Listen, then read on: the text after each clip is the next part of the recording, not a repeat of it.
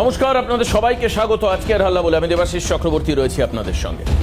একাধিক ইস্যু ছিল, আপনারা ভাবতে পারেন একাধিক ইস্যু রয়েছে আমাদের পশ্চিমবঙ্গের ইস্যু। যারা বাংলাদেশে দেখছেন এই মুহূর্তে সৃজনশীল বুদ্ধিজীবী মানুষ, তাদেরকে বলছি অনেকগুলো ইস্যু, সেগুলো বাদ দিয়ে আজও আমরা বাংলাদেশের ইস্যুতে থাকছি। তার কারণ শুধুমাত্র পশ্চিমবঙ্গের এই মানুষজন নয়, বাংলাদেশের লক্ষ লক্ষ মানুষ আমাদের অনুষ্ঠান দেখছেন।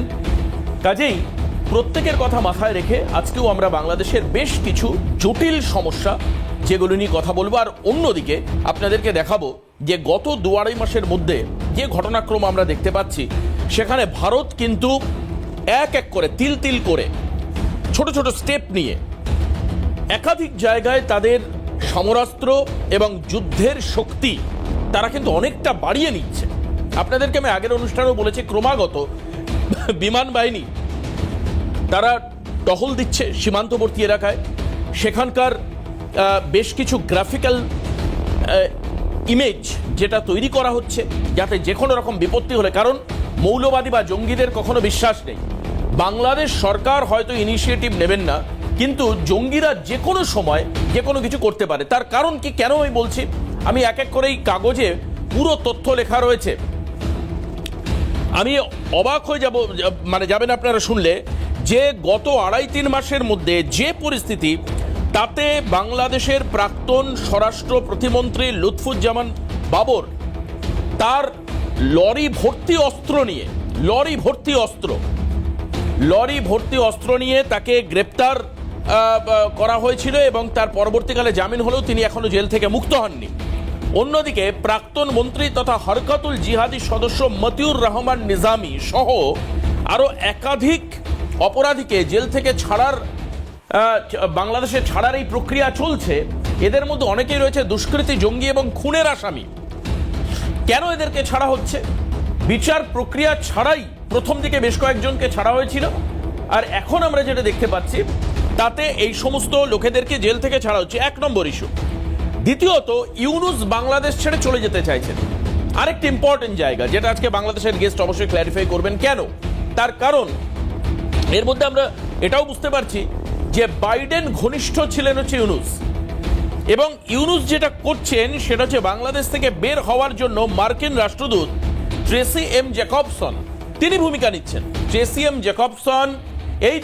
জ্যাকবসন তার মাধ্যমে ইউনূস বাইরে চলে যেতে পারেন। কিন্তু আপনাদেরকে এটাও জানিয়ে রাখি যে ইউরোপিয়ান কান্ট্রির মধ্যে ফ্রান্স এবং আমেরিকান কান্ট্রিতে কানাডা, এরা কিন্তু কেউই এই ডক্টর ইউনূসকে তারা ঢুকতে দেবে না। যদিও তিনি বলছেন চিকিৎসা করাতে যাচ্ছেন, পাইলসের চিকিৎসা করাতে যাচ্ছেন, এরকম একটা তথ্য সামনে আসছে।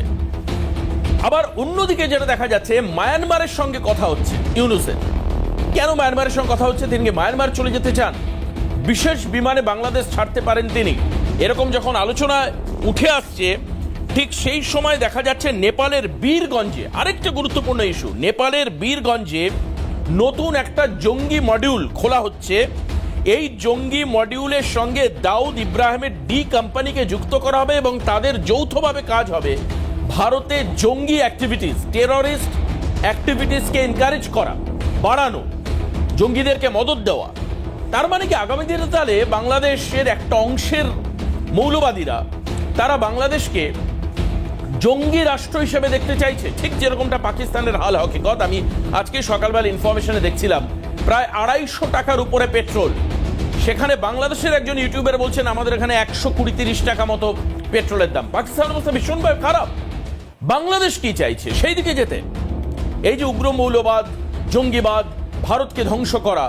আসুন এবার আপনাদেরকে দেখাই এই মুহূর্তে দেখাই যে আজই হয়েছে যেটা, সেটা হচ্ছে 3টি আইএনএস যার ইনগরেশন হলো আজ। অর্থাৎ জলে ভারত তার শক্তি কয়েক গুণ বাড়ালো। আসুন একবার দেখার চেষ্টা করি সেই ছবি। আমরা দেখাচ্ছি সেই ছবি। আইএনএস নীলগিরি, আইএনএস সুরাত, এই যে দুটো যুদ্ধ আজকেই হয়েছে উদ্বোধন, প্রধানমন্ত্রী মোদী উদ্বোধন করেছেন, এবং আইএনএস বাকশির। এই যে 3টে যুদ্ধ জাহাজ, সাবমেরিন এবং টহলদারি জাহাজ, এগুলো কিন্তু আজকে ভারতের নৌ শক্তিকে বাড়িয়ে দিল। আসুন একবার এই মুহূর্তে দেখাই প্রধানমন্ত্রীর এক্স হ্যান্ডেলে যে ভিডিও এসছে সামনে আজকে, আপনারাও খুললে দেখতে পাবেন নরেন্দ্র মোদী এক্স হ্যান্ডেল থেকে। দেখুন, শোনাবো আপনাদের।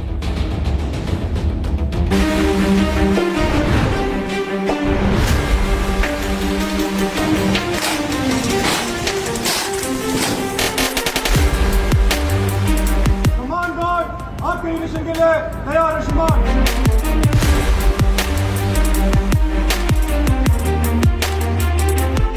21वीं सदी की नेवी को सशक्त करने की तरफ हम एक बहुत बड़ा कदम उठा रहे हैं।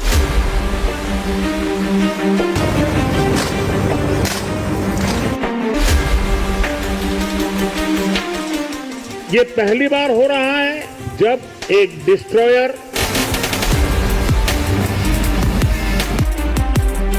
एक फ्रिगेट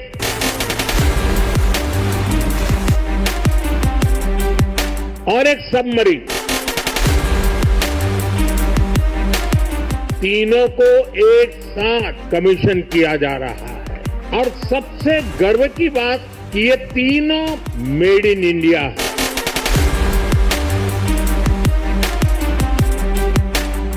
आज का भारत दुनिया की एक मेजर मैरीटाइम पावर बन रहा है। भारत विस्तारवाद नहीं, भारत विकासवाद की भावना से काम करता है। 21वीं सदी के भारत का सैन्य सामर्थ्य भी अधिक सक्षम हो, आधुनिक हो, ये देश की प्राथमिकताओं में से एक है। जल हो, थल हो, नभ हो, डीप सी हो या फिर असीम अंतरिक्ष, हर जगह भारत अपने हितों को सुरक्षित कर रहा है।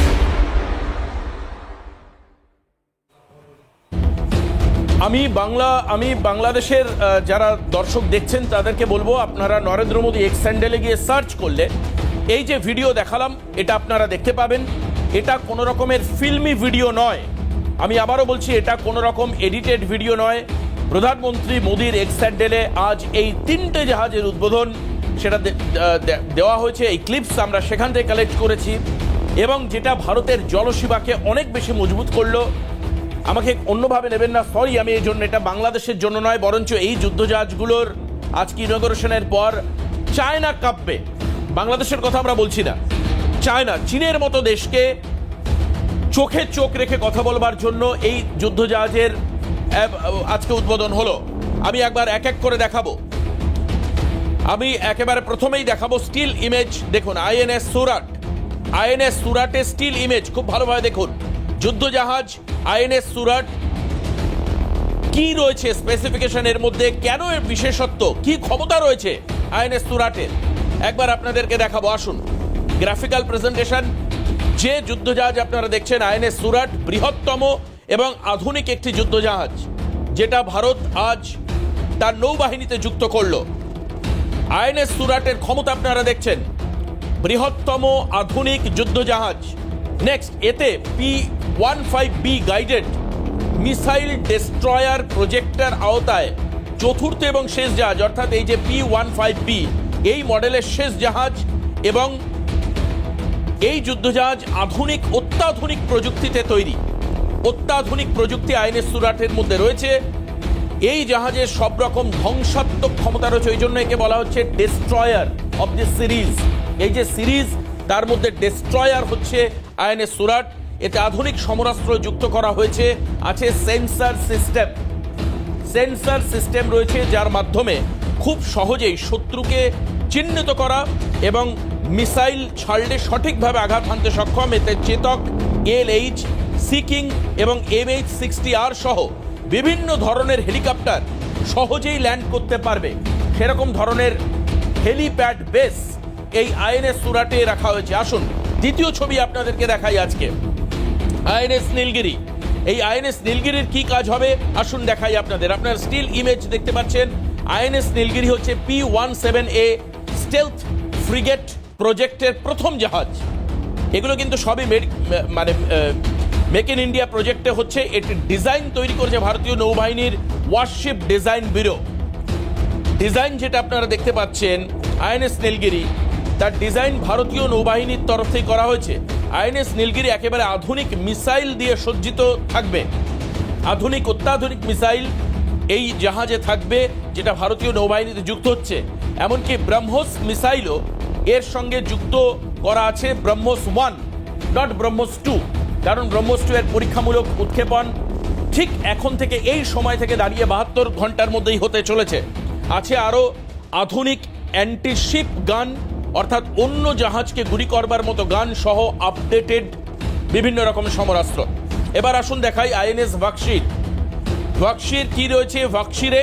আইএনএস ভাক্সির দেখে আপনারা বুঝতে পারছেন এটি সাবমেরিন। আইএনএস ভাক্সির হচ্ছে P-75 স্করপিয়ন প্রজেক্টের ষষ্ঠ এবং শেষ সাবমেরিন এই মডেলের, যেটা পুরো ভারতীয় প্রযুক্তি তৈরি করা হয়েছে। সব থেকে আধুনিক প্রযুক্তি নির্ভর এই সাবমেরিন। কেন আমি বলছি সব থেকে আধুনিক প্রযুক্তি নির্ভর, সেটা আপনারা এক্ষুনি দেখতে পাবেন ওয়ালে। অত্যাধুনিক প্রযুক্তি রয়েছে ফ্রান্স নাভাল গ্রুপের সাহায্যে, অর্থাৎ ফ্রান্সের সঙ্গে একসঙ্গে কাজ করে ভারতীয় নৌসেনা এই জাহাজ তৈরি করেছে, সাবমেরিন তৈরি করা হয়েছে ফ্রান্স এবং ইন্ডিয়া।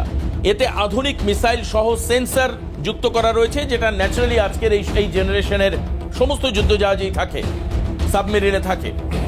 সঙ্গে শত্রুপক্ষের রেডার, সব থেকে স্পেসিফিকেশন এটা যে শত্রুপক্ষের যে রেডার, সেই রেডার ফাঁকি দিতে সক্ষম, অর্থাৎ রেডারে ধরা পড়বে না এই সাবমেরিন। এই বিষয়গুলো কিন্তু ভারতের নৌবাহিনীকে, জলসীমাকে মজবুত করলো। আসুন এবার পরিচয় করে দেবো যারা আজকের আমাদের সঙ্গে রয়েছেন, তারপর আমরা আলোচনা যাব বাংলাদেশের বর্তমান উদ্ভূত পরিস্থিতিতে। কিন্তু এই চেয়ারে বসতে বসতেই আমার উৎকণ্ঠার বিষয় হচ্ছে এটা যে যখন আমি অনুষ্ঠানে ঢুকছি ঠিক সেই সময় বাংলাদেশের দুই ছাত্র সংগঠনের মধ্যে মারাত্মক সংঘর্ষের খবর আসলো।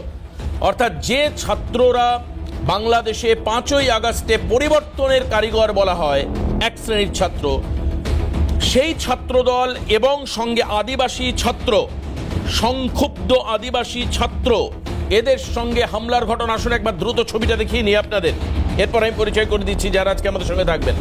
আসুন এই ছবি দেখাচ্ছি, দেখুন আবার সেই সংঘর্ষ, শুনুন।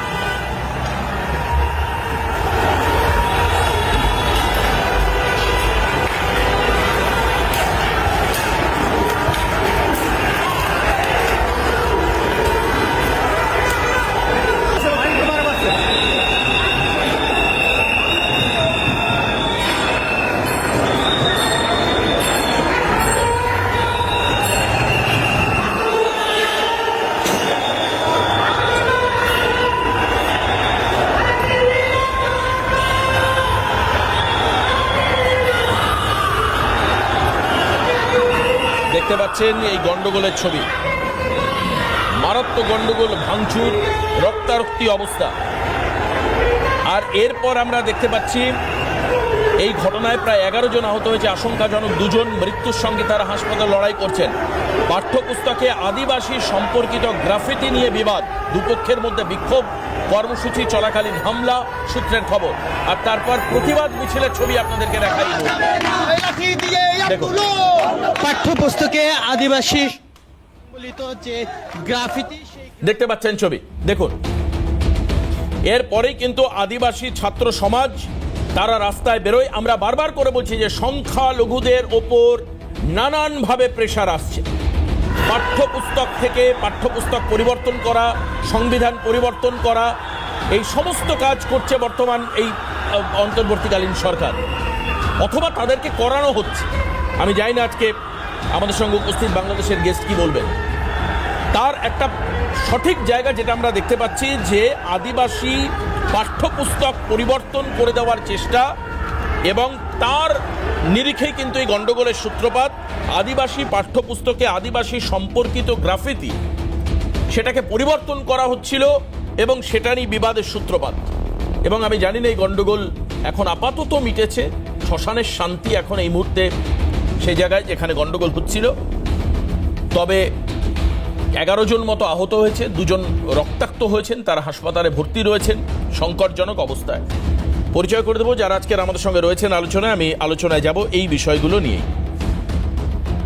আমরা পাচ্ছি এই মুহূর্তে আর্য ঘোষ আমাদের সঙ্গে রয়েছেন, জাতীয় সুরক্ষা এবং নিরাপত্তা বিশেষজ্ঞ। স্বাগত জানাই আপনাকে আর্যবাবু আজকের অনুষ্ঠানে। আমাদের সঙ্গে স্টুডিওতে যারা রয়েছেন, অনির্বাণ ব্যানার্জি আইনজীবী আমাদের সঙ্গে রয়েছেন কলকাতা স্টুডিওতে, জ্যোতি চ্যাটার্জি বিজেপি মুখপাত্র আমাদের সঙ্গে রয়েছেন, জ্যোতিবাবুকেও স্বাগত জানাই। সঙ্গে ঝন্টু বড়াইক রাজনৈতিক বিশ্লেষক অধ্যাপক, তিনিও আমাদের সঙ্গে রয়েছেন। এবং সেই সঙ্গে সঙ্গে বাংলাদেশ থেকে আমাদের সঙ্গে রয়েছেন মোশাররফ আহমেদ ঠাকুর, যিনি আমার সঙ্গে আজকে এই নিয়ে দ্বিতীয়বার অনুষ্ঠানে বসছেন। ঝন্টুদাও মনে হয় ছিলেন এর আগের অনুষ্ঠানে। আলোচনায় থাকবো আমরা, যিনি হচ্ছেন অতীশ দীপঙ্কর বিশ্ববিদ্যালয়ের আইনের শিক্ষক, রাজনৈতিক পরিচয় ওনার, উনি বিএনপি নেতা। আমার আপনার কাছেই আপনাকে দিয়ে শুরু করবো মোশাররফ সাহেব, আপনাকে দিয়ে। আপনার বিএনপিকে নিয়ে আমার খুব একটা সমস্যা নেই, বা বিএনপিকে নিয়ে আমি কোনো প্রশ্ন করব না, রাজনৈতিক কোনো প্রশ্ন নয়। একজন সাধারণ মানুষ, একজন শিক্ষক হিসাবে আমার প্রশ্ন এটা, যে এই যে পাঠ্যপুস্তক পরিবর্তনের যে জিগির উঠছে, পাঠ্যপুস্তক পরিবর্তন, পাঠ্যসূচি পরিবর্তন, এই যে ঘটনাগুলো ঘটছে বাংলাদেশে, সংখ্যালঘু ছাত্রদের ঢাকা বিশ্ববিদ্যালয়ের সামনে ফেলে বেধড়ক পেটানো হচ্ছে, শিক্ষক হিসাবে আবারও বলছি, আমি বিএনপি রাজনৈতিক নেতা হিসেবে নয়, আপনি যখন এই ছবিগুলো দেখছেন, এবং যে ছাত্র আন্দোলন কয়েকদিন আগে বাংলাদেশের দ্বিতীয় স্বাধীনতা, এই কোনো দেশে পৃথিবীর মধ্যে প্রথম কোনো দেশ দ্বিতীয়বার হয়তো বা স্বাধীনতা পেল, দ্বিতীয় স্বাধীনতা এনে দিল, সেই ছাত্রদের ভূমিকা বা সেই ছাত্রদের সঙ্গে, এই আদিবাসী ছাত্রদের সঙ্গে যে ব্যবহার করা হচ্ছে, যে ইনিশিয়েটিভগুলো নেওয়া হচ্ছে, আপনি মানবেন? মানতে পারছেন? ধন্যবাদ দেবাশিস আপনাকে, আপনার দর্শক শ্রোতা, অপর বিজ্ঞ আলোচকগণ। দেখুন যে আমরা এখানে, এটা একটা গণ অভ্যুত্থানের দ্বিতীয় স্বাধীনতার কিছুই না। আমি দ্বিতীয় স্বাধীনতা বলে আমরা মনে করি না। বিএনপি এটা দ্বিতীয় স্বাধীনতা, ইভেন বিপ্লব বলে না, বিএনপি বলে এটা একটা গণ অভ্যুত্থান। এবং গণ অভ্যুত্থানের কারণটি ছিল শেখ হাসিনার সমস্ত ক্ষেত্রে অতি বাড়াবাড়ি, শেখ হাসিনার দুর্নীতি এবং শেখ হাসিনার নির্যাতন, এগুলি হচ্ছে বেসিক্যালি গণ অভ্যুত্থানের কারণ। আপনি কিন্তু এখানে একটা ভুল বলছেন আমার মনে হয় মোশাররফ সাহেব। এই যে বাংলাদেশের গণ অভ্যুত্থানের কারণ বা ছাত্র আন্দোলনের মূল কারণ কিন্তু ছিল কোটা নিয়ে বা সংরক্ষণ নিয়ে। কোথাও এই যে আপনারা এই যে পরে কথাগুলো বানিয়ে গুছিয়ে বলছেন না, আমার মনে হয় এখানে যারা রয়েছেন আলোচক বা আমরা ভারতবাসীরা কখনোই কোনো জায়গায় দেখিনি যে হাসিনার এই যে স্বৈরাচার, তার একনায়কতন্ত্র। আমি এখন একেবারেই কঠিন ভাবে জাতীয় ছাত্র 90-এর ছাত্র গণ অভ্যুত্থানে আমি একজন প্রথম সারির একজন ছিলাম। তো সেখানে আমি বলি যে ছাত্রদের কোটা সংস্কারের যে বিষয়টি ছিল, এটা জুলাই মাসের 21 তারিখে এটা শেষ হয়ে যায়। জুলাই মাসের 21 তারিখে ছাত্ররা যে পরিমাণ যা চেয়েছিল কোটা সংস্কার, কিন্তু তার থেকে বেশি হয়ে যায়। হাইকোর্ট সেই রায়টা দিয়ে দেয়। তো সেই ক্ষেত্রে ওইটা সমাধান হয় নাই, কারণ অন্যান্য রাজনৈতিক দলগুলি যারা 19 তারিখে ছাত্রদেরকে সমর্থন দিয়েছিল, তারা আর ওখান থেকে পিছু হটেন নাই, যার কারণে আন্দোলনটি থেকে যায়। আপনাকে আমি এখানে বলছি, আমি আপনাকে বানিয়ে কিছু বলছি না। তো সেখানে এখন যে বিষয়টি হচ্ছে যে শেখ হাসিনা সমস্ত 15 বছরে আমাদের সকল পাঠ্যপুস্তকগুলি পরিবর্তন করেছিলেন, এবং তার পিতাকে আইকনিক সমস্ত জায়গায় একটা ফেসিবাদের আইকন হিসেবে ব্যবহার করার কারণে এখন যে পাঠ্যপুস্তক পরিবর্তনের যে প্রয়োজনটা দেখা দেয়। আপনি জানবেন যে ক্যালকাটার যখন ক্যালকাটার সিটি মেয়র ছিলেন একসময় শেরে বাংলা একে ফজলুল হক, এবং সেই ইয়ার সাথে কি বলে অন্যান্যদের সাথে, তো এদের সবার নাম মুছে দেয়। সরওয়ার্দী সাহেবের নাম মুছে দেয়, শেরে বাংলা একে ফজলুল হকের নাম মুছে দেয়, মৌলানা আব্দুল হামিদ খান বাসানির নাম মুছে দেয়, জিয়াউর রহমানের নাম মুছে দেয়, একবার সব ধুয়ে মুছে পরিষ্কার করে ফেলে, যে শেখ মুজিব ছাড়া আর কারো নাম শেখ হাসিনার ইতিহাসে রাখেন নাই। তো এখন যে বিষয়টি হচ্ছে, আমি আজকে সারাদিন আমি অন্যান্য বিষয়ে ছিলাম। আপনি যেটা ছবিটা দেখালেন যে ঢাকা বিশ্ববিদ্যালয়ের আদিবাসী ছাত্ররা এখানে সংক্ষুব্ধ আছে, আদিবাসী ছাত্রদের যদি কোনো বিষয়ে সংক্ষুব্ধতা থাকে, এটা সংশোধন করে নেওয়া হবে, অসুবিধা কি আছে? না, কিন্তু ইনিশিয়েটিভ গুলো তো নেওয়া হচ্ছে। এই যে পাঠ্যসূচি পরিবর্তন, তার মানে শেখ হাসিনা আপনি বলছেন স্বৈরাচারী ছিলেন। আপনি দেখুন, আপনার কথাতেই পরিষ্কার শেখ হাসিনা স্বৈরাচারী ছিলেন। তিনি পাঠ্যপুস্তকে আপনি একাধিক নাম বললেন, যাদেরকে তিনি নামগুলো সরিয়ে ফেলে মুছে ফেলেছেন, যার জন্য ওনার পতন। আপনি সেটাও বলছেন যে হাইকোর্টের নির্দেশে কোটা আন্দোলন মিটে গেল, কিন্তু কোটা আন্দোলনকে যারা সাপোর্ট করেছিল তারা সুযোগ বুঝে ঝোপ বুঝে কোপ মারার মতো তারা আগস্ট মাসের 5 তারিখে শেখ হাসিনাকে দেশ থেকে বিতাড়ন করতে তারা বাধ্য করলেন। তাহলে শেখ হাসিনা যদি স্বৈরাচারী হন, তিনি যদি পাঠ্যপুস্তক পরিবর্তন করেন, পাঠ্যসূচি পরিবর্তন করেন, নাম ছেটে দেন, দেখুন ঠিক তার আরেকটা রিফ্লেকশন, অর্থাৎ সেকেন্ড শেখ হাসিনা কিন্তু আপনি আবার দেখুন এই পাঠ্যসূচি পরিবর্তন চলছে, পাঠ্যাংশ পরিবর্তন চলছে। না, পাঠ্যাংশ পরিবর্তন করতে হবে। আমি শুনবো আপনার থেকে, আমি একটা বিরতি নেব, বিরতির পরে ঝন্টু বড়াইক আমাদের সঙ্গে রয়েছেন, আমি ঝন্টুদার কাছে যাব। এই পাঠ্যসূচির বিষয়ে যে পরিবর্তনের যে জিগিরটা উঠছে, কারণ ইস্যু আপনাদের দরকার, তার পেছনে কোন ইস্যু রয়েছে সেটা আমরা বুঝতে পারি না।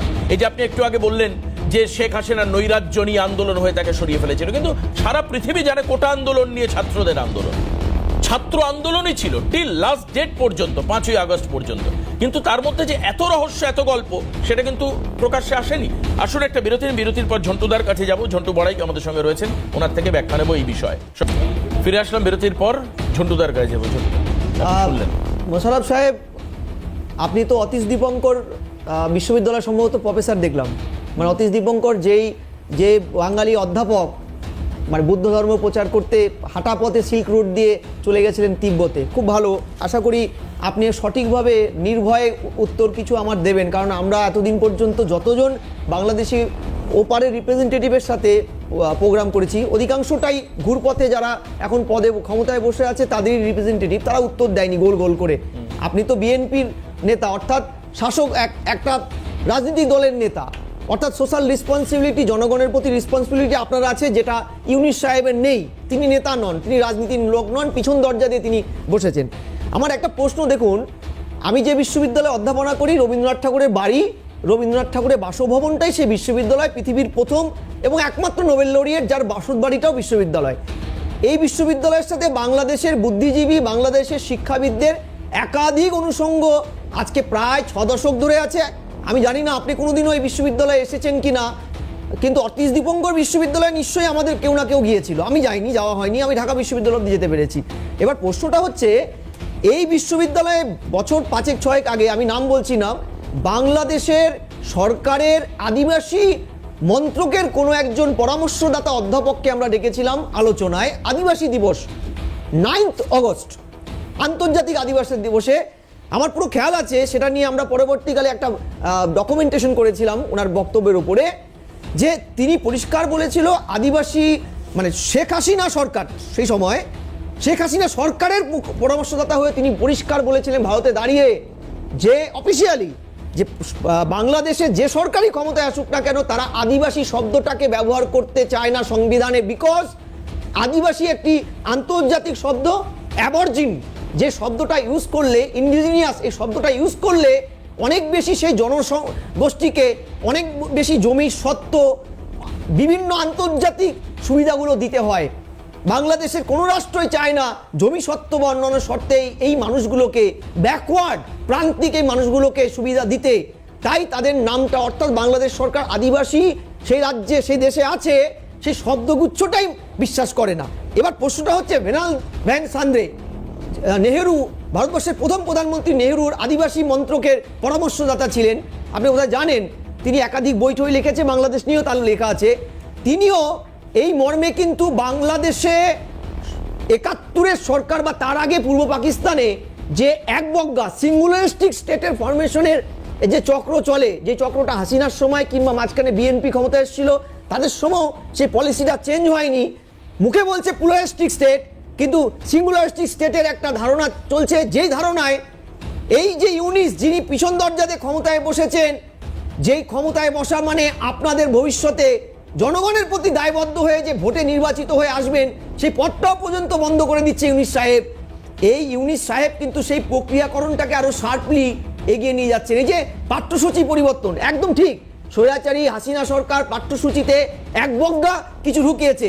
আপনার কথা ধরে নিয়েই বললাম যে প্রফেসর সাহেব, মুশাররফ সাহেব, একবজ্ঞা নীতিকে পাল্টাতে, অর্থাৎ পাঠ্যসূচি পাল্টানো মানে এই অর্থ নয় যে আমি সেটাকে আরেক অ্যাঙ্গেলে একবজ্ঞা করলাম।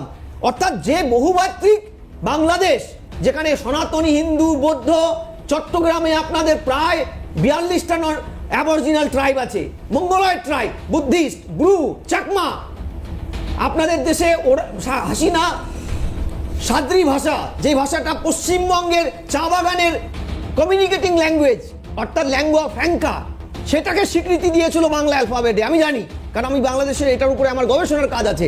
আমি বলছি এই জিনিসগুলোকে পাল্টানো, অর্থাৎ সিঙ্গুলারিস্টিক স্টেট করার যে প্রথম পার্টটা, যেটা ইউনিশ সরকার ধারাবাহিকভাবে আবার সার্পিয়ে নিয়ে আসলো, সেটার বিরুদ্ধে আপনারা রেসপন্সিবল পলিটিক্যাল পার্টি বিএনপি কেন আওয়াজ তুলছেন না? কেন আজকে আদিবাসী ছেলেগুলো রাস্তায় নেমে যখন আন্দোলন করছে? আপনার প্রতিবেশী ভারতে, যেখানে রাষ্ট্রপ্রধান, রাষ্ট্রপতি নাম্বার 1 নাগরিক হচ্ছে একজন আদিবাসী, এ রাজ্য, যে রাজ্য আরেকটা বাংলা, পশ্চিমবঙ্গ, আপনাদেরই সংস্কৃতির পাঠ আমরা। এ রাজ্যে মুখ্যমন্ত্রী তৃণমূল সরকার যখন একের পর এক মন্ত্রিত্ব আদিবাসীদের দিচ্ছেন, বনমন্ত্রী থেকে শুরু করে অনেক পদ, তাহলে আরেকটা পার্টে আপনারা আদিবাসীদের ন্যূনতম অধিকারটা কেড়ে নিচ্ছেন কেন? যে চট্টগ্রামের 42টি নন ট্রাইবেল কমিউনিটি, তারা বাংলাদেশি নিজেকে ভাবে না। আজকে তো আপনারা চরম সীমায় চলে গেছেন এই ইউনিশ সরকার। আপনারা কেন প্রতিবাদ করছেন না? আমার ন্যূনতম এইটুক অনুরোধ আপনার কাছে। আপনি বিএনপি মানে আপনি কিন্তু রেসপন্সিবল পলিটিক্যাল পার্টি, আপনি ইউনিশ নন। ইউনিশ যেমন জামাতদের 7 জনে পিছন দরজা দিয়ে ক্ষমতায় বসেছে, আপনারা তা করেননি। একদমই। আপনারা গর্জে উঠুন। এবং বাংলাদেশের এই বৈচিত্র্য মানেই বাংলাদেশের পরিচয়। এটা ভুলুণ্ঠিত হলে আপনারা থাকবেন না। ইউনিশ মুশাররফ সাহেব, আপনাদের অস্তিত্ব মানচিত্রে পৃথিবীতে থাকবে না। এই কারণের জন্যই হয়তো চট্টগ্রাম স্বাধীনতার জন্য দাবি তুলেছিল, এবং সম্প্রতি এই ঘটনার পরেও চট্টগ্রাম থেকেই আদিবাসী বা উপজাতি অধ্যুষিত এলাকার মানুষ তারা পৃথক চট্টগ্রামের কথা বলেছিলেন। হয়তোবা জওহরলাল নেহরুর কোনো ভুল সিদ্ধান্ত 1947 সালের পরে চট্টগ্রাম বাংলাদেশের অংশ হয়ে যায়, বা হয়তো এর জিওগ্রাফিক্যাল তার যে পজিশন সেটা হতে পারে, কিন্তু চট্টগ্রামের এক অংশের মানুষ এখনো 1947 সালে ভারতের স্বাধীনতা দিবস যেদিন, সেদিন তারা সেখানে পতাকা উত্তোলন করে। হ্যাঁ, এবং 2রা ডিসেম্বর ওরা দিবস পালন করে, ভারত ভুক্তি দিবস। ভারত ভুক্তি দিবস। আমি জানি না মোশাররফ সাহেবের কি উত্তর দেবেন, তবে একটা ছোট্ট বিরতি নিচ্ছি, দ্রুত ফিরে আসছি মোশাররফ সাহেবের কাছে। আমরা কথাই বলি যে এই বৈচিত্র্যময় ভারত, ঠিক তেমনি ভাবেই শেখ হাসিনা বাংলাদেশের ক্ষেত্রে বৈচিত্র্য আনতে চেয়েছিলেন, কট্টর মানসিকতা থেকে বেরিয়ে আসতে চেয়েছিলেন, খানিকটা মুক্ত মোড়া ছিলেন হাসিনা। সেই কারণের জন্যই কি মৌলবাদীদের টার্গেট হচ্ছে হাসিনা? সব থেকে বড় প্রশ্ন এটা। সেই কারণের জন্যই কি হাসিনাকে স্বৈরাচারী বলা হয়? সেই কারণের জন্যই হাসিনার শাসনকালকে একটা অন্ধকার যুগ বলে বলা হচ্ছে। কারণ মৌলবাদীরা মূলত, বা যারা কট্টর ইসলামপন্থী, আমি মৌলবাদী শব্দটা হয়তো আপত্তি থাকতে পারে অনেকের, কট্টর ইসলামপন্থীরা এই ধরনের উদারনৈতিক মানসিকতা কিন্তু চান না।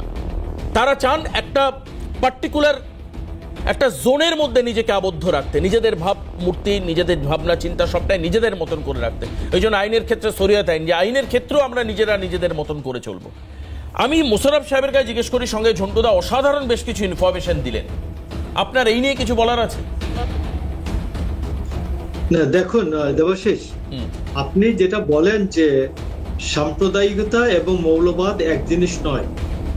আমি যে কোনো জিনিস, আপনি তো মৌল বা বেসিক জিনিসটা যেটা যিনি ধারণ করবেন, তো ফান্ডামেন্টাল যে জিনিসটা ধারণ করবেন, এটাতে তো অপরাধের কিছু নাই।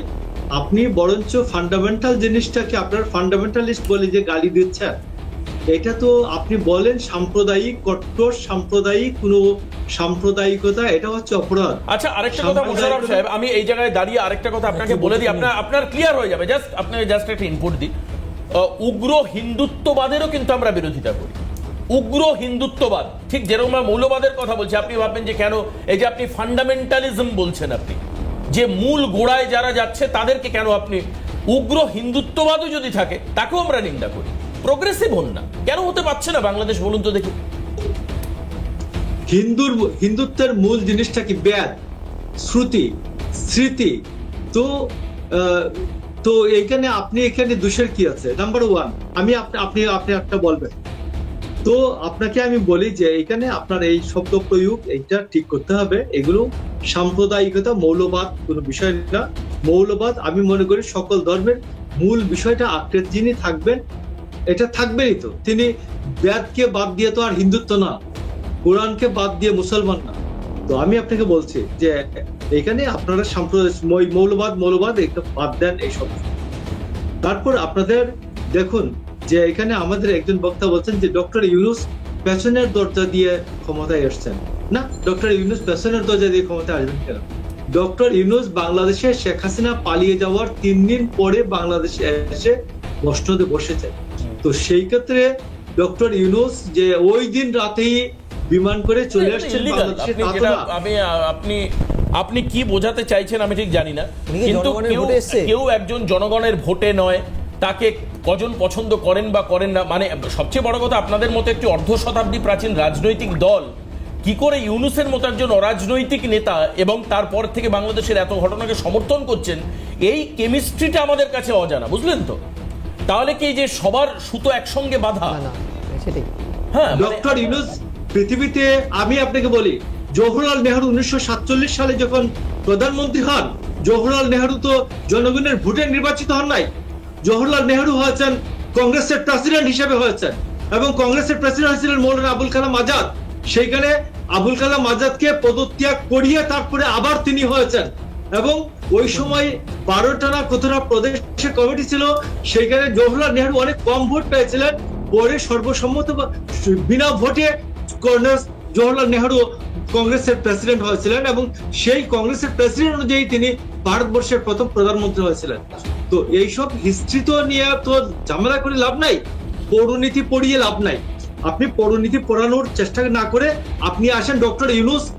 ডক্টর ইউনূস, আপনার মনে আছে নিশ্চয়ই যে রাজা গোপালকে যখন মাৎসনা, এর পরে রাজা গোপালকে এনে যখন রাজা করা হয়েছিল, সেটা একরকম গণতান্ত্রিক বিষয় ভারতে। তো এই জন্য আমি বলছি ডক্টর ইউনূস পেছনের দরজা দিয়ে আসবেন কেন? ডক্টর ইউনূস বঙ্গভবনের সামনের দরজা দিয়েই আসতেন।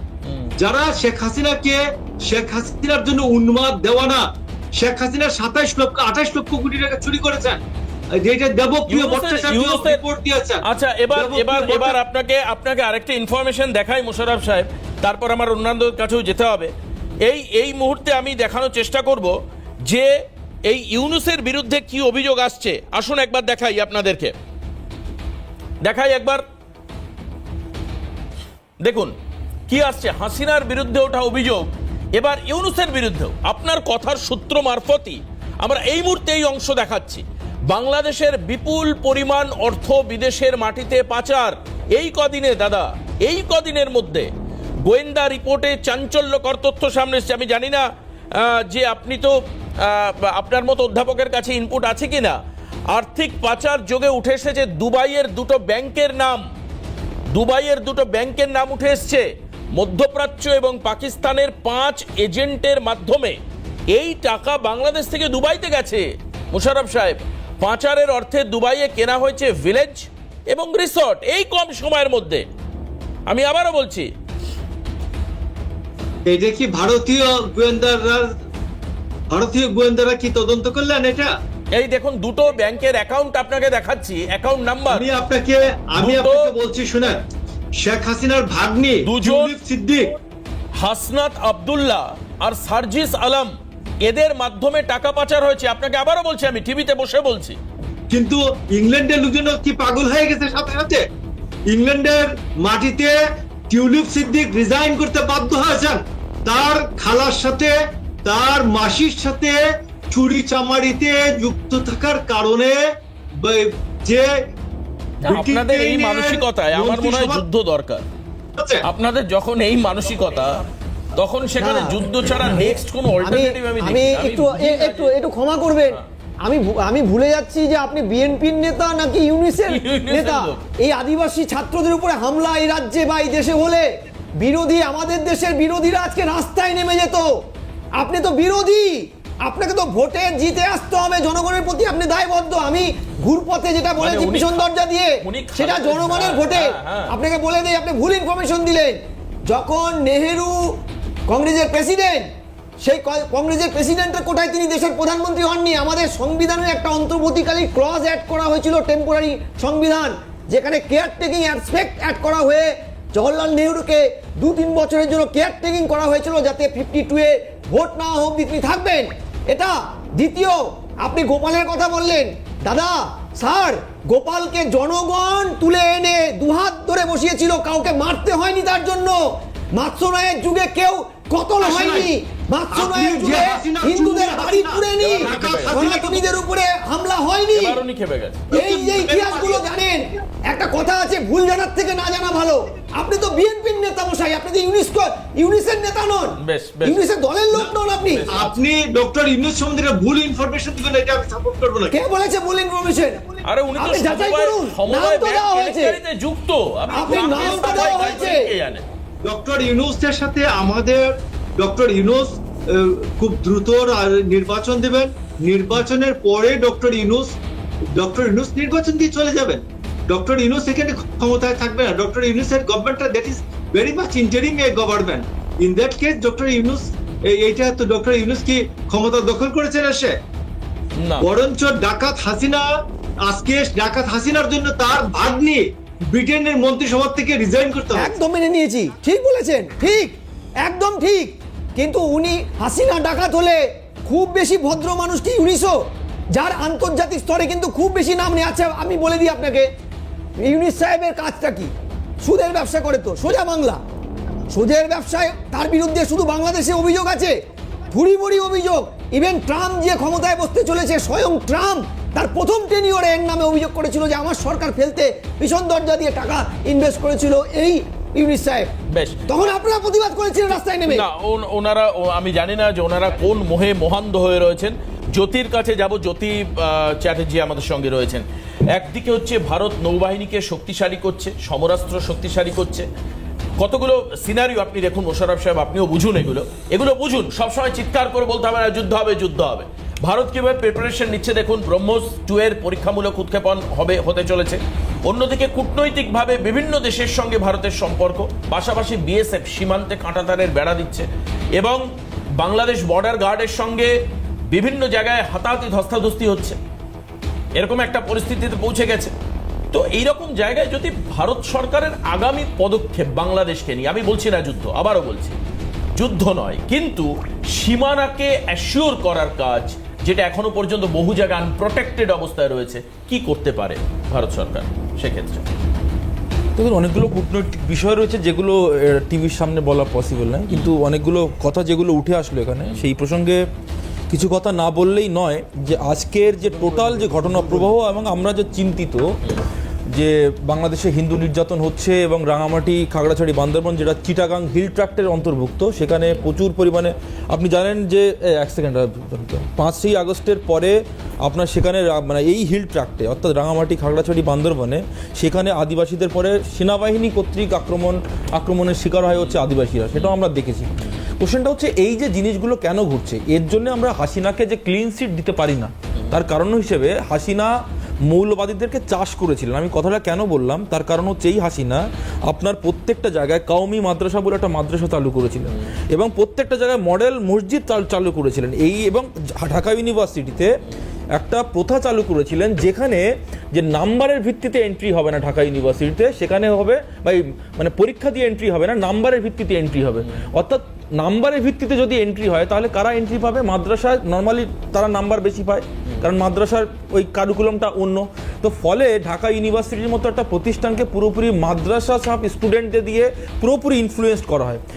এই যে টোটাল এপিসোডটা দেখছেন, এবং হাসান ইজহারের মতো সন্ত্রাসীকে হাসিনাও ছাড় দিয়েছিলেন। ঘটনা হচ্ছে যে আজকে যিনি এখানে বিএনপির হয়ে প্রতিনিধিত্ব করছেন, যে বিএনপির ভিতরেও কিন্তু 2-3টে ভাগ রয়েছে যতদূর আমি জানি। আপনি এখন যিনি বিএনপির দায়িত্বে রয়েছেন তার যে বক্তব্যগুলো যদি আপনি দেখেন, বা লুৎফুজ্জামান বাবর, যার একটা বিখ্যাত উক্তি রয়েছে, উই আর লুকিং ফর শত্রুস, মানে চট্টগ্রামে যে 7 ট্রাক অস্ত্র নিয়ে মানে ভারতের ভিতরে যে চোরাচালানকারীর মেন অভিযুক্ত কিন্তু এই লুৎফুজ্জামান বাবর, এবং ওই 10 ট্রাক ভর্তি এর মধ্যে উনি জামিনও পেয়েছেন, জামিন দেওয়া হয়েছে। বলা হচ্ছে যে উনি নাকি এই যে নেপাল হয়ে ভারতে সন্ত্রাসবাদ বা এই জঙ্গিবাদ ছড়ানোর ক্ষেত্রে বড় কারিগর হতে পারে পুরোপুরি। এবং দেখুন, আমাদের বাংলাদেশের ইন্টারনাল ম্যাটার নিয়ে আমাদের কিছু বলা, ওনারা বলছেন যে বাংলাদেশের ইন্টারনাল ম্যাটার নিয়ে কেন কথা বলা হচ্ছে, কারণ হচ্ছে দেখুন, আপনারা নেহেরু লিয়াকাত চুক্তিকে ভায়োলেট করেছেন। নেহেরু লিয়াকাত চুক্তি 6B-তে স্ট্রিক্টলি বলা ছিল যে আপনারা মাইনরিটিদেরকে প্রোটেক্ট করতে পারেননি। পরবর্তীকালে যে 25শে মার্চ 1971 সালে যে চুক্তি হয়, অর্থাৎ ইন্দিরা মুজিব চুক্তি, সেখানেও সংখ্যালঘুদেরকে প্রোটেকশনের কথা বলা হয়েছিল। আপনারা পারেননি, আপনারা ভায়োলেট করেছেন। সুতরাং India has every right to criticise your government, to criticise your country. এই জন্য আমরা কিন্তু সমালোচনা করতে বাধ্য হচ্ছি। আজকে ধরুন ইসলামের ভিতরে তো গণতন্ত্র নেই। আমরা যদি আজকে মনে করি যে 56খানা ইসলামিক কান্ট্রি রয়েছে, কোথায় গণতন্ত্র রয়েছে? কোথাও তো গণতন্ত্র নেই। সুতরাং আজকে যদি ক্লিন এক্সচেঞ্জ অফ পপুলেশন, যেটা আমাদের শ্যামাপ্রসাদ মুখার্জি বলেছিল, তাহলে হয়তো এই দিনগুলো আমাদের দেখতে হয় না। আপনি জানেন যে আমাদের আর প্রচুর পরিমাণে আপনি অস্ত্র দেখাচ্ছিলেন, আমাদের আইএনএস বিক্রান্ত, আপনার রাফায়েল রয়েছে। আপনি একটা জেনে রাখুন, এখন একটা লোন উলফ বলে একটা কনসেপ্ট চালু হয়েছে। লোন উলফ মানে হচ্ছে না, লোন উলফ মানে কিরকম কনসেপ্ট, যে অল্ডিনো রিসেন্টলি যে অ্যাটাক হলো, সেখানে হচ্ছে সেই লোকটা আপনার হচ্ছে ইউএস সেনাবাহিনীতে চাকরি করতো, পরবর্তীকালে সে হচ্ছে আপনার একটা সফটওয়্যার ইঞ্জিনিয়ার হয়, হঠাৎ করে সে র্যাডিক্যালাইজড হয়ে গেল। সে বিভিন্নভাবে মানে প্রথমে ধর্মান্ধ থেকে মৌলবাদ থেকে সন্ত্রাসবাদ হয়ে গিয়ে সে 14 জনকে মারলো এবং নিজেও মরলো। অর্থাৎ এই যে লোন উলফ পলিসি, এখন আইএসআইএস একটা মানে ওরা রেজুলেশন করেছে, যে রেজুলেশন আপনারা দেখতে পাবেন নেটে, সেই রেজুলেশন করে বলছে আমরা আর খিলাফত প্রতিষ্ঠা করব না, আমরা এক একজনকে ধরে মৌলবাদ প্রতিষ্ঠা করব। যে কারণের জন্য ঢাকাতে হাওয়ালি আর্টিসান বেকারিতে যে হামলা হয়, সেই হামলাটা কিন্তু তার এই ফলস্বরূপ। মানে ওই জঙ্গি যারা ধরা পড়েছিল তারা বলেছিল হঠাৎ করে আমরা জাকির নায়কের বক্তব্য শুনলাম, আমরা র্যাডিক্যাল হয়ে গেলাম। সুতরাং আপনার যে পাশের বাড়ির লোকটা যে লোন উলফ হচ্ছে না, বা আপনার এই যে কানাহালালের হত্যাকাণ্ড, এটা কিন্তু উই ডোন্ট নো বেসিক্যালি, এটা কিন্তু রাফায়েল দিয়ে আপনি উড়িয়ে ফেলতে পারবেন না। এইবার ঘটনাটা কি ঘটছে? ঘটনাটা হচ্ছে যে আমাদের এই যে সোসাইটিটা এখন বেসিক্যালি হয়ে গেছে এরকম, এরাই হয়তো স্লিপার সিল হয়ে ভারতের বিভিন্ন জায়গায় অ্যাবসলিউটলি আপনি উই ডোন্ট নো যে আপনার পাশে বসে থাকা লোককে আইডেন্টিফাই করতে পারবেন না। আপনি রাফায়েল দিয়ে তো মারতে পারবেন না এদেরকে, বা আপনি হচ্ছে মৌলবাদ একদম অ্যাবসলিউটলি। এবং আইএসআইএস এর রেজুলেশন র্যাডিক্যাল মুসলিমস, আপনি রাজস্থানে দেখলেন তো একজনের গলা কেটে দিল, প্রথমে বৌদির কাছ থেকে ভাত খেলো, দাদা বৌদি বলে উপরে গেল ছাদে গিয়ে, সে দাদাকেও গলা কেটে দিল, বৌদিকে গলা কেটে দিল। পরবর্তীকালে সে বলছে যে আমি এরকম বিষয়ে আমি মৌলবাদী হয়েছি, দেখেছিলাম, পড়েছিলাম, পড়ার পরে আমি এই কাজটা করেছি। একদম। যদি আমি আসবো অনির্বাণের কাছে এরপরে, প্লিজ একদম এই জায়গায় দাঁড়িয়ে আমরা আলোচনা করব, অবশ্যই এইভাবে প্রত্যেকের কথা শুনবো। সেই কিন্তু মৌলবাদকে আবারও দায়ী করা হচ্ছে, যে কারণের জন্য ভেতরে কুরে খাচ্ছে একটা সমাজ, একটা আস্ত গোটা দেশকে। শুধু একটা দেশ নয়, হয়তো সারা পৃথিবীর বিভিন্ন প্রান্তে ছড়িয়ে থাকে ইসলামিক কান্ট্রিগুলোর কম বেশি এটা অবস্থা, হয়তো দু একটা জায়গা বাদ দিয়ে, সৌদি আরবিয়া সহ আরো বেশ কিছু দু একটা জায়গা বাদ দিয়ে। হ্যাঁ একদমই, এছাড়া বাদবাকিদের এই অবস্থা। আমি এই মুহূর্তে অনির্বাণের কাছে যাব, কিন্তু আমি মানে খানিকটা ইচ্ছাকৃতভাবে আর্যবাবুর কাছে যাচ্ছি না, কারণ এই সমরাস্ত্র বিষয়ে বিস্তৃতভাবে স্পেশাল সেগমেন্টে আমি আপনার এই বক্তব্য নেব অনির্বাণ বলার পরেই।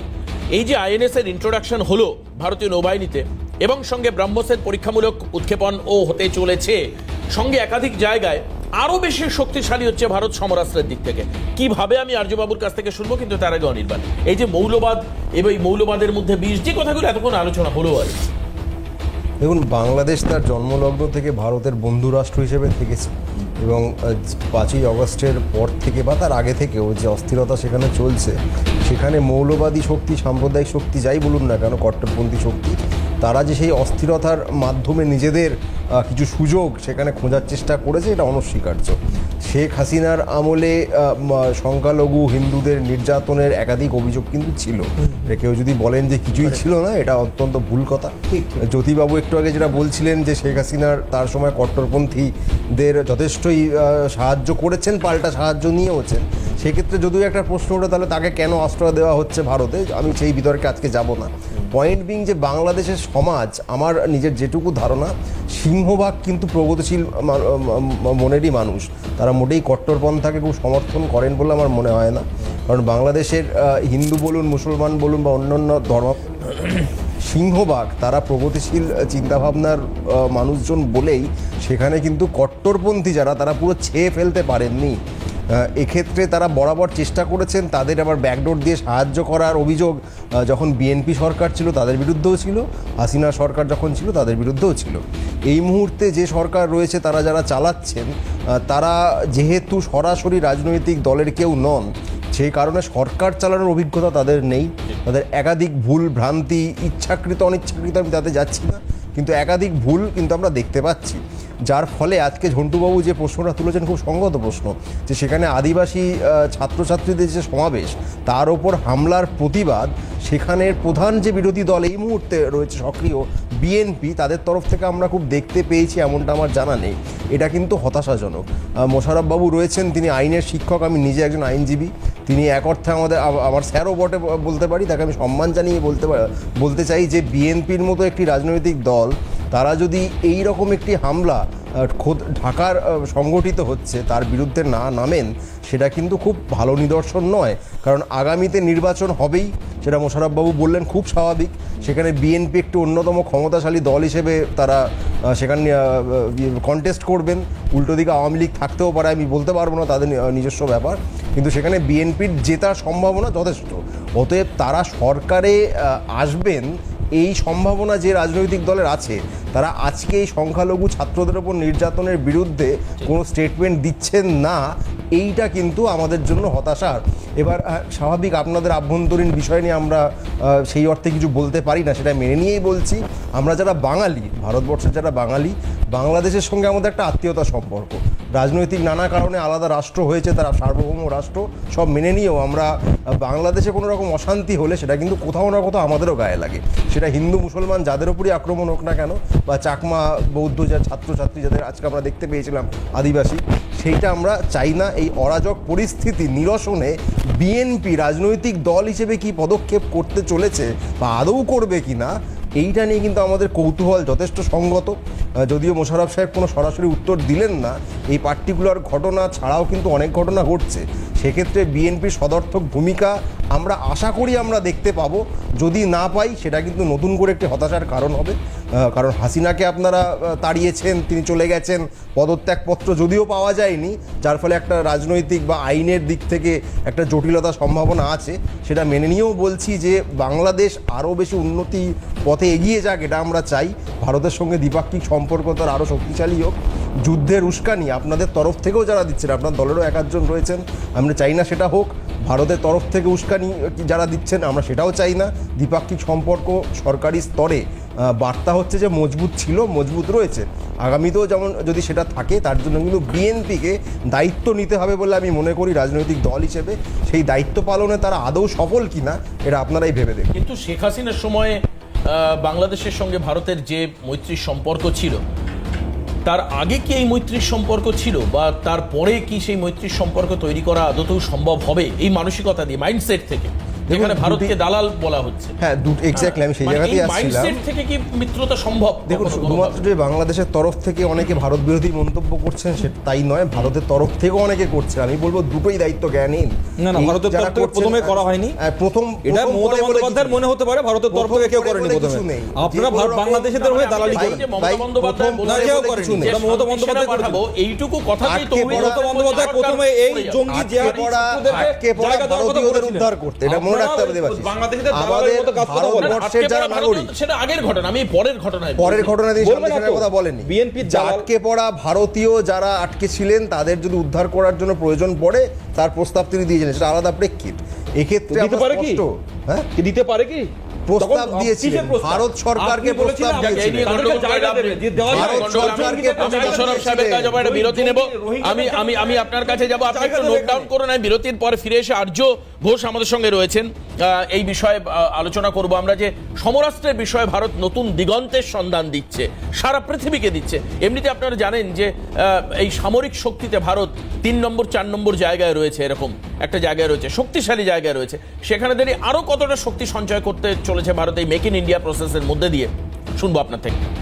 ফিরে আসলাম বিরতির পর, আর্য ঘোষ আমাদের সঙ্গে রয়েছেন। আর্য, আপনি শুনেছেন ভারতীয় ঠিকার বিরতিতে যাওয়ার আগে যে প্রশ্ন ছিল, কতটা সামরিক দিক থেকে শক্তিশালী হচ্ছে, এবং আমি বাংলাদেশের কথা বলছি না, পাকিস্তান এবং চীন, তাদের চোখে চোখ রেখে লড়াই করা কতটা সম্ভব হবে এই ধরনের নতুন সমরাস্ত্র ইন্ট্রোডাকশনের জন্য?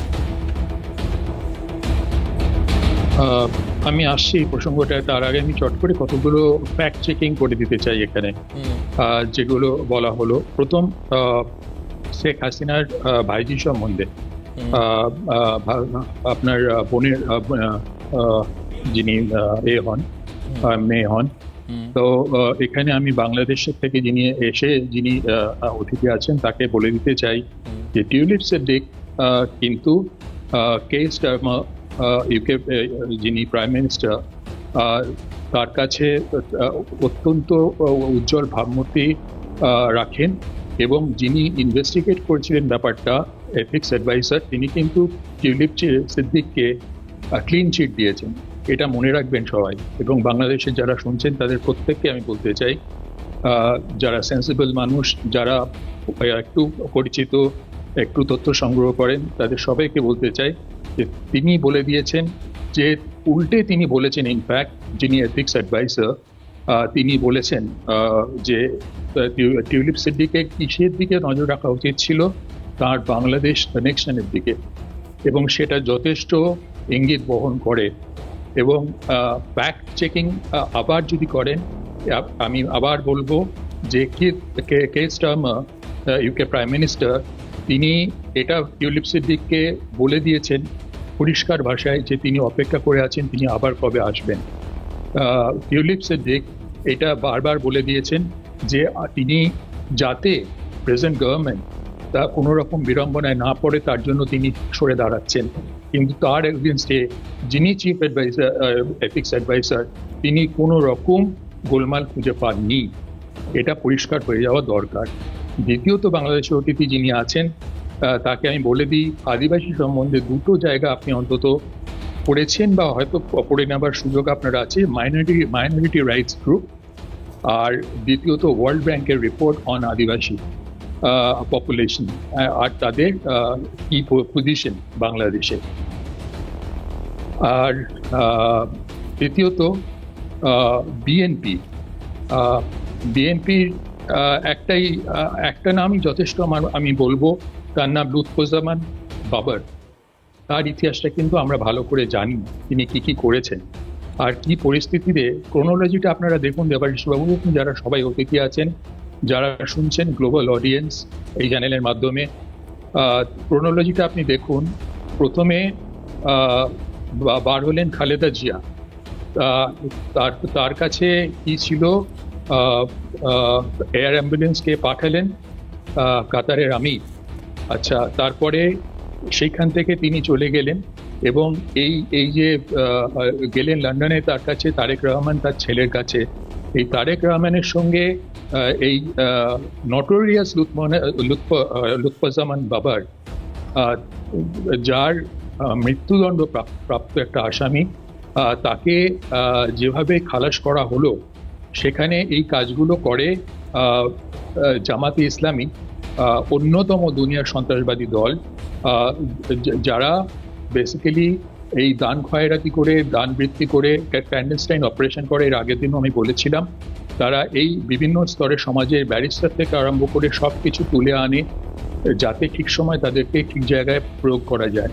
ওই জন্য সেদিনকে আরেকজন অপরাধী খালাস হয়েছিল, সন্ত্রাসবাদী অপরাধী বলবো না, তো তার সেখানে দেখা গেছিল ব্যারিস্টার ছিলেন তার নিজের সম্পর্কিত শ্বশুর। তো এই সমস্ত ব্যাপারগুলো তারা চালায়। এবং 21শে অগস্ট 2004 যখন শেখ হাসিনার ওপরে প্রাণঘাতী গ্রেনেড অ্যাটাকটা হয়, তখন গভর্নমেন্টে ছিলেন বিএনপি এবং এই জামাতে ইসলামী। তো আমি এটাই একদম আমার ফার্ম স্ট্যান্স যে বিএনপি এবং জামাতে ইসলামী মুদ্রার এপিঠ এবং ওপিঠ, এদের পরিচয় একটাই, দে আর হ্যান্ডস ইন গ্লাভস। এইটা মনে রাখবেন। এবং সেই জন্য আমি বারবার বলছি, আমি জানতাম টিউলিপ সিদ্দিকের প্রসঙ্গটা উঠবে। শেখ হাসিনা, তার পরিবার, টিউলিপ সিদ্দিক, তার পরিবার, তাদের কিন্তু স্পেশাল প্রোটেকশন দরকার। এটা আমি আবার বলছি, ভারত সরকারের যারা আছেন এবং সংশ্লিষ্ট যারা আছেন তাদেরকে আমি বলবো সেই সতর্কতা অবলম্বন করতে। কামিং ব্যাক টু আপনার ইন্ডিয়ার এইটা সমরাস্ত্র ইত্যাদি, আমরা জানি যে আপনার এখানে ইন্ডিয়া আজকে যে 6th জেনারেশন ফাইটার এয়ারক্রাফট তৈরি করতে চলেছে। অ্যামকা যে প্রজেক্টটা আছে, অ্যামকার প্রজেক্টের ওপরেও তারা কিন্তু দুটো অত্যন্ত লিকুইডিটি অফার পেয়েছে, যেটা আপনার এই 6th জেনারেশন ফাইটার এয়ারক্রাফটের জন্য। সেইখানে কিন্তু মানে এটা কিন্তু ভাববেন না যে এটা রাশিয়ার সুকুই 57 বা ইউএস F-35, তারা বালগেরিয়া এবং ইউনাইটেড কিংডমের কাছ থেকে অফার পেয়েছে। এবং আমরা এই আরিহান যে আপনার সিরিজ অফ সাবমেরিন, তার থেকে অনেক অ্যাডভান্সড একটা ব্যাপার, আমি এতটা খুলে বলবো না এই মুহূর্তে, সেই দিকেও আমরা যাচ্ছি। তো এর আগের দিন আমি মানে ইন্ডিয়া যে জায়গায় নিজেকে নিয়ে যাচ্ছে, অবভিয়াসলি রিসার্চ অ্যান্ড ডেভেলপমেন্টের ব্যাপারটা আমি এত খুলে বলবো না, কিন্তু এটা এমনও নয় যে সেটা পাবলিক ডোমেনে পাওয়া যাবে না, হালকা কিছু নিশ্চয়ই পাওয়া যাবে। আর আমি কর্মসূত্রে কিছুদিন বিশাখাপত্তনমে ছিলাম, তো আমি ইন্ডিয়ান নেভাল স্ট্রেংথ সম্বন্ধে যারা এখন মানে যারা পরিচিত তারা জানেন ইন্ডিয়ান নেভাল স্ট্রেংথ কি এবং এয়ার স্ট্রেংথে ইন্ডিয়া কোথায় নিজেকে নিয়ে যাবে সেটা কারোর বোধহয় মানে সম্যক ধারণা না থাকলে আমি বলবো যে আপনারা সতর্ক থাকুন। একদম বিশেষত যারা পাকিস্তানিরা বাংলাদেশকে কন্ট্রোল করছেন। আর এইখানে যেটা এই যে চট্টগ্রামে আমি বলেছিলাম যে জাহাজ ইত্যাদি আসছে, আমরা যদি ফ্লিটটাকে মুভ করাই, আমি বলেছিলাম যে এখানে ব্লক করা দরকার, তো সেটা একটা কারণ হতে পারে। এটা একটা আপনার তার মধ্যে আমাদের অধিকারের মধ্যেই পড়ে যদি আমরা সাসপেক্ট করি কিছু, যেভাবে আমরা আটকে ছিলাম। তার মানে আপনি বলছেন যে ভারতীয় নৌসেনার যে ফ্লিট সেটাকে মুভ করানো উচিত আপনি বলছেন এই মুহূর্তে, কারণ যেভাবে ভারতের দক্ষিণ দিক ঘুরে যেভাবে পাকিস্তান থেকে জাহাজ চট্টগ্রাম বন্দরে আসছে, হয়তো আপনি সেটাকে উল্লেখ করছেন আর্যবাবু। আমি ঠিক এই প্রসঙ্গটা নিয়ে আমাদের সঙ্গে মোশাররফ আহমেদ ঠাকুর রয়েছেন, আমি ওনার কাছে যাব। কি বলবেন এই যে এতক্ষণ যে আলোচনা হলো এরপর? জি বলুন। আপনি তো শুনলেন, এবার বলুন সেই জায়গাটা। আপনার শুনতে পাচ্ছি না, আপনার পুরো সমস্ত কিছুই আমি খুব ভাষা শুনেছি, ভেঙে ভেঙে আসছিল পুরো সময়টাই। বলুন ওই যে আবার বলুন, দেবাশিস আপনি বলুন।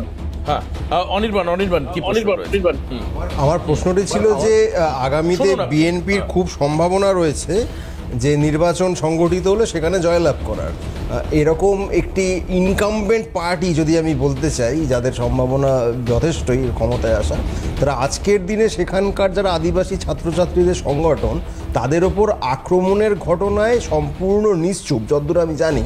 যদি তারা প্রতিবাদ করে থাকেন সেটা হয়তো আমার জানা নেই। যদি নিশ্চুপ হয়ে থাকেন তাহলে আগামীতে বাংলাদেশ আপনারা সরকারে এলে কোন পথে হাঁটবে এটা কি তার ইন্ডিকেশন নয়, এবং সেটা কি খুব ভালো ইন্ডিকেশন হিসেবে দাঁড়াচ্ছে? এটুকুই আমার প্রশ্ন। একদম কি বলবেন অনির্বাণ? শুনুন, এই চট্টগ্রামের যে সমস্যাটা তৈরি হয় সেটা হচ্ছে, প্রথমত আপনি আপনার এই জন্য ইনফরমেশন জন্য বলছি, আপনি একটু বেশি খবর রাখেন এই জন্য। সেটা হচ্ছে ওই সময়ে যখন সংবিধান প্রণয়ন হয় তখন মানবেন্দ্র নারায়ণ লারমা তিনি বলেছিলেন যে সংবিধানে আমাদের জাতীয়তার স্বীকৃতি থাকা দরকার। তো সেই ক্ষেত্রে ওই সময় প্রধানমন্ত্রী বা গণপরিষদের নেতা শেখ মুজিবুর রহমান তিনি বললেন যে তোরা সবাই বাঙালি হয়েছে।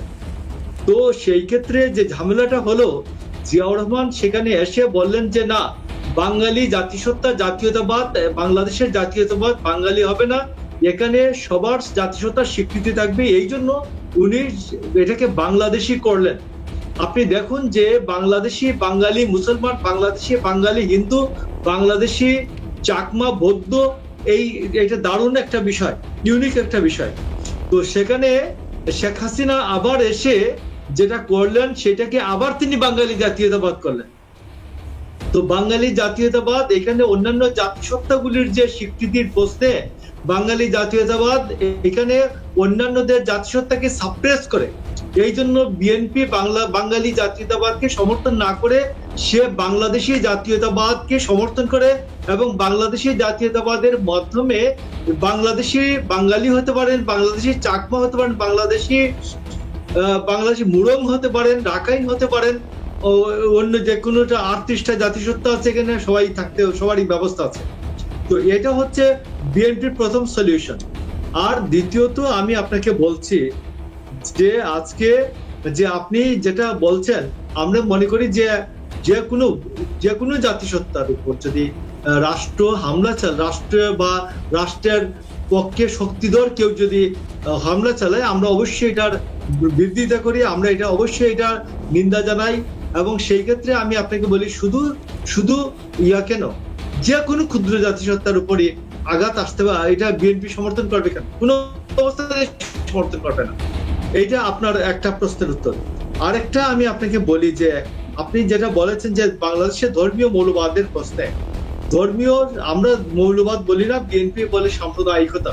তো সাম্প্রদায়িকতা আপনি দেখবেন যে ভারতে 3টা মেজর হত্যাকাণ্ডের কথা বলি।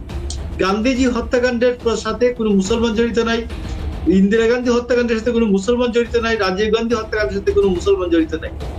আপনি দেখুন, আপনি একজন বলেছেন আমাদের চট্টগ্রাম নাকি আলাদা হয়ে যেতে চায়।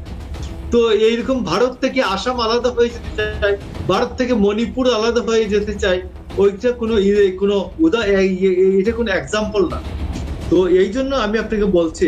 আর টিউলিপ সিদ্দিকীর কথা একজন বলেছেন, টিউলিপ সিদ্দিক যদি এতই ফ্রেশ হয়ে থাকবেন, আমি আপনাকে বলি টিউলিপ সিদ্দিক তার খালাকে, তার মাসিমাকে একটু ব্রিটেনে নিয়ে যান না, উনি স্পন্সর করুক, যে আমি স্পন্সর করলাম, আমি সাবেক মন্ত্রী, আমার এখানে এসে থাকবে আমার খালা। ব্রিটেন দেয় কিনা, সেই শেখ হাসিনাকে একটু ভিসা দেয় কিনা দেখেন। বেগম খালেদা জিয়ার কথা বলেন, বেগম খালেদা জিয়া আজকে বেগম খালেদা জিয়া, লুৎফুজ্জামান বাবর, আব্দুল সালাম পিন্টু, এদের সাথে শেখ হাসিনা তার ক্ষমতায় থাকার জন্য এই কার্ডগুলি সাম্প্রদায়িকতার কার্ড, মৌলবাদের কার্ড, এগুলো জঙ্গিবাদের কার্ড ব্যবহার করেছে। আজকে সারা ওয়েস্ট ওয়ার্ল্ড, সারা পৃথিবী আজকে শেখ হাসিনার এই যে ভেলকিবাজি, এটাকে তারা বিশ্বাস করে নাই। আরেকটা বলি যে আমি দেবাশিস, আপনি বারবার বলছিলেন যে লুৎফুজ্জামান বাবর নাকি লড়ির অস্ত্র নিয়ে ধরা পড়েছিলেন, গ্রেফতার হয়েছিলেন। আপনার এই ইয়েটা ঠিক নয়। লুৎফুজ্জামান বাবর সেটা 2004 না 5 সালে অস্ত্র উদ্ধার হলো। 10 ট্রাক অস্ত্র যখন আটক করা হয়, তখন সেটা লুৎফুজ্জামান বাবর নিজে স্বরাষ্ট্রমন্ত্রী ছিলেন, তার উপরে কোনো মন্ত্রী ছিলেন না। তো আপনারা এখন লুৎফুজ্জামান বাবরকে যদি আপনার প্রতিহিংসার বদলে যদি বলেন, একটা দেশ থেকে যদি এবার আবার তার পাল্টা আমি কিচ্ছু বলবো না। আমি বিরতির পর ফিরে এসে ঝন্টুদা আছেন এবং আর্যদা দুজনেই বলবেন বলেছেন, আমি পরপর দুজনের কাছে যাব। ফিরে আসলাম, আমাদের সঙ্গে মোশাররফ আহমেদ ঠাকুর রয়েছেন। অনেকগুলো জায়গা আপনি বলার চেষ্টা করলেন, যদিও অনির্বাণের সরাসরি যেটা প্রশ্ন ছিল যে এই ধরনের ছাত্রদের উপর যে নিপীড়ন, যে লাঠিবাজি, রক্তারক্তি হচ্ছে, তার বিরুদ্ধে রাজনৈতিক দল হিসাবে বিএনপির অবস্থান কোথায়? আপনি সঠিক উত্তর, মানে সঠিক নয়, এক্সপেক্টেড আনসার আমরা এখনো কিন্তু পাইনি। যাই হোক, ঝন্টুদা আপনি বলছিলেন, উনি যে বক্তব্য রাখেন।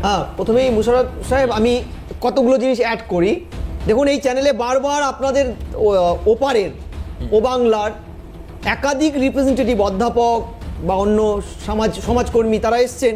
একটা প্রশ্নের উত্তর আমি বারবার দেওয়ার পরেও পাইনি। মানে এটা আমাদের ভারতের কাউন্টার পার্টের অংশ নয়। ঢাকা বিশ্ববিদ্যালয় ইকোনমিক্সের অধ্যাপক বরকত সাহেব, আপনি নিশ্চয়ই তার নাম শুনেছেন, স্বনামধন্য ব্যক্তিত্ব। তার একটা বই 2016 নভেম্বরে বেরিয়েছিল, political economy of reforming agriculture, land and water bodies in Bangladesh. সেখানে তিনি দায়িত্ব নিয়ে গবেষণাপত্রটা দেখিয়েছিলেন। ইতিমধ্যে 64 থেকে 2013-র মধ্যে 1,13,00,000 সনাতনী হিন্দু দেশ ছেড়ে পালিয়ে গেছে।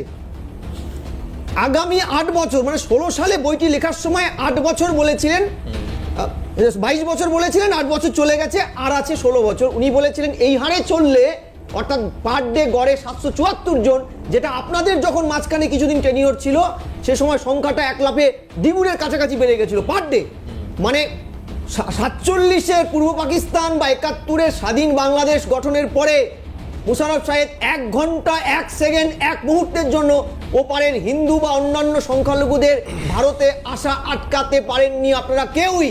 এই যে আপনারা বলছেন যে বৈচিত্র্য আমরা ধরে রেখেছি, বৈচিত্র্য থাকলে, শান্তি থাকলে একটি প্রজাতি পালিয়ে আসে না।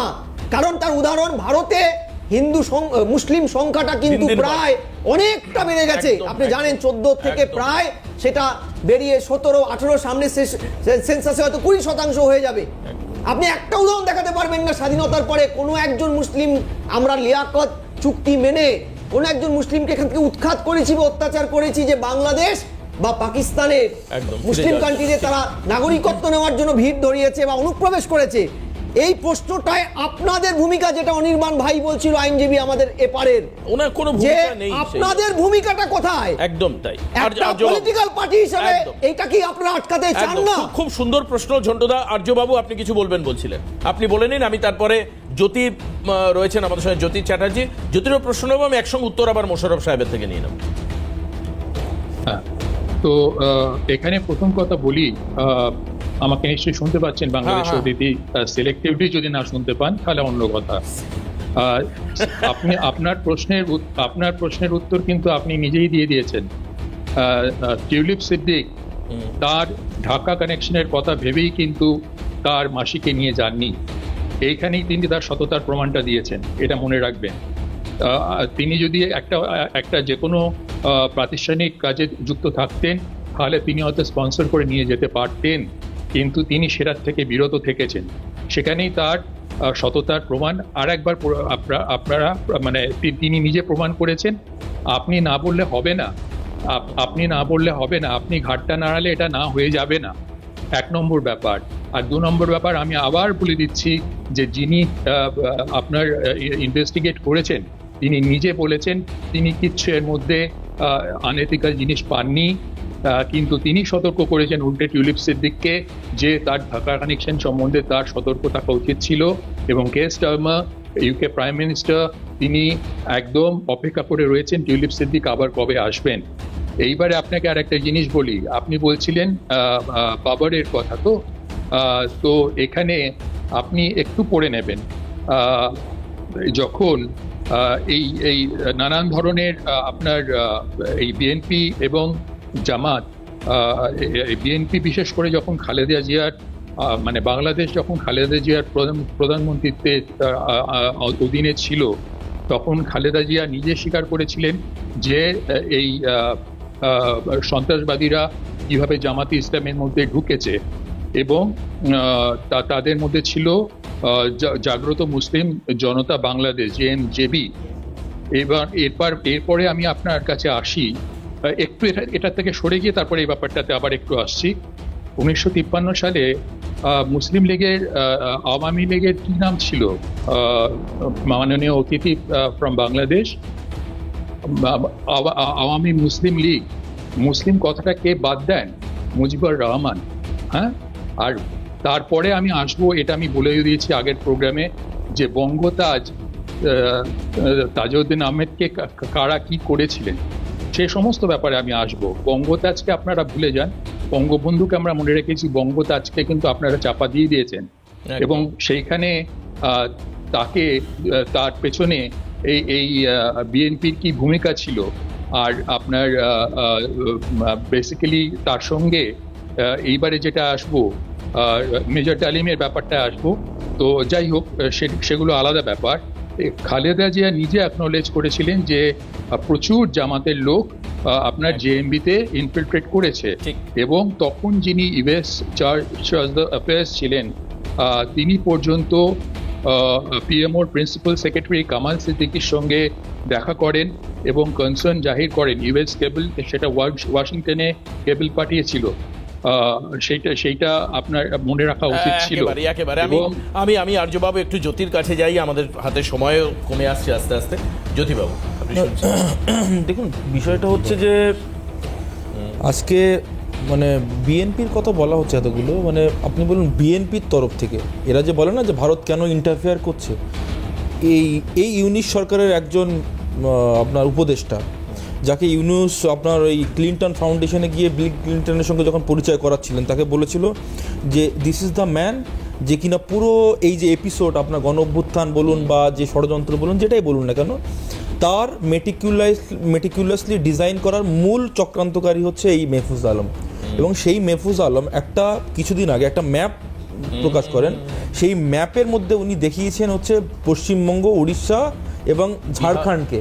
হ্যাঁ, আপনি ভাবুন যে একটা দেশের সার্বভৌমত্বকে যে লঙ্ঘন করতে পারে।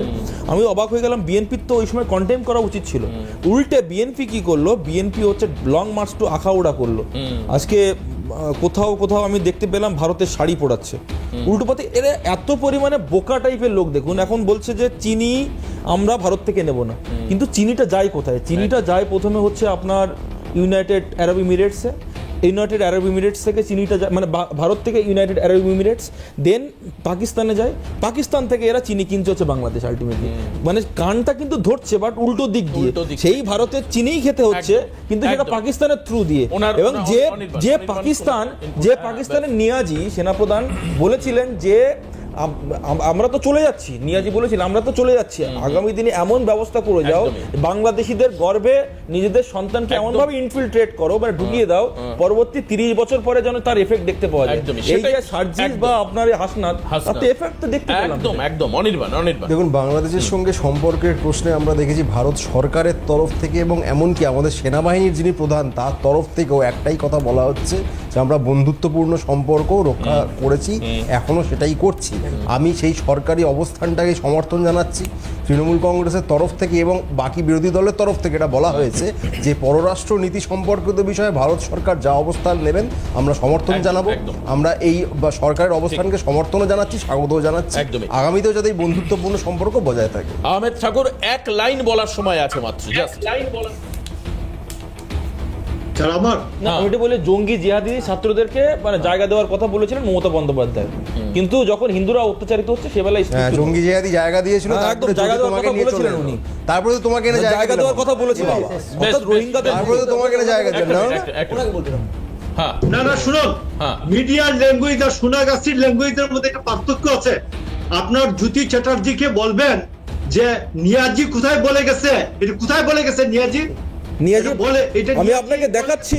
খুব গায়ে লেগেছে, পাকিস্তানের কথা বললে খুব গায়ে লাগে কেন? পাকিস্তানিদের কথা বললে খুব গায়ে লাগছে কেন? কেন গায়ে লাগছে? কোড আছে, কোট আনকোট আমি বই দেখিয়ে দেবো আপনাকে। অনির্বাণ কথা বলছে, অনির্বাণ তো কথা বলছে, আর্য তো কথা, আর্য বাবু তো কথা বলছেন। আপনার ল্যাঙ্গুয়েজ এত খারাপ কেন? বিজেপি ল্যাঙ্গুয়েজ এত আচ্ছা, এটা নিয়াজির ল্যাঙ্গুয়েজ, এটা বিজেপির ল্যাঙ্গুয়েজ না, নিয়াজির ল্যাঙ্গুয়েজ। কোন ল্যাঙ্গুয়েজ? এটা নিয়াজির ল্যাঙ্গুয়েজ। একটু বলবেন? আচ্ছা মাননীয় অতিথি, কোন ল্যাঙ্গুয়েজটা খারাপ পেলেন? বিজেপির এটা পাকিস্তানের ল্যাঙ্গুয়েজ। জানি না, এটা ঘোষিত এটা পাকিস্তানের আজকে আর হাতে একদম সময় নেই, আজকে সময় নেই, পাকিস্তানের ল্যাঙ্গুয়েজ হাতে সময় নেই। মোশাররফ, আমি একটা লাস্ট ওয়ার্ড বলে দিই। এই BNP senior vice president, vice chairman Tarique Rahman, তিনি 2005-এ এই বাবরকে ফোন করেছিলেন for the release of JMB second in command Mahtab Khamari. একদম আজকের হাতে একদম সময় নেই, আমাদের শেষ করতে হবে। আমরা অবশ্যই পরবর্তী দিনে অবশ্যই এই জায়গাটা, এই যে নিয়াজি কি বলেছেন যেটা নিয়ে আমাদের ঠাকুর সাহেব মোশাররফ আহমেদ ঠাকুর সাহেব রেগে গেলেন, অবশ্যই এই বিষয় নিয়ে আলোচনা করবেন। সায়েন্টিফিক এভিডেন্স যদি থাকে আমরা সেটাও তোলবার চেষ্টা করবো। এখন এই মুহূর্তে একটা মানে অবশ্যই অনুষ্ঠান শেষ করছি, পরবর্তী অনুষ্ঠানের জন্য নজর রাখুন। ক্যালকাটা।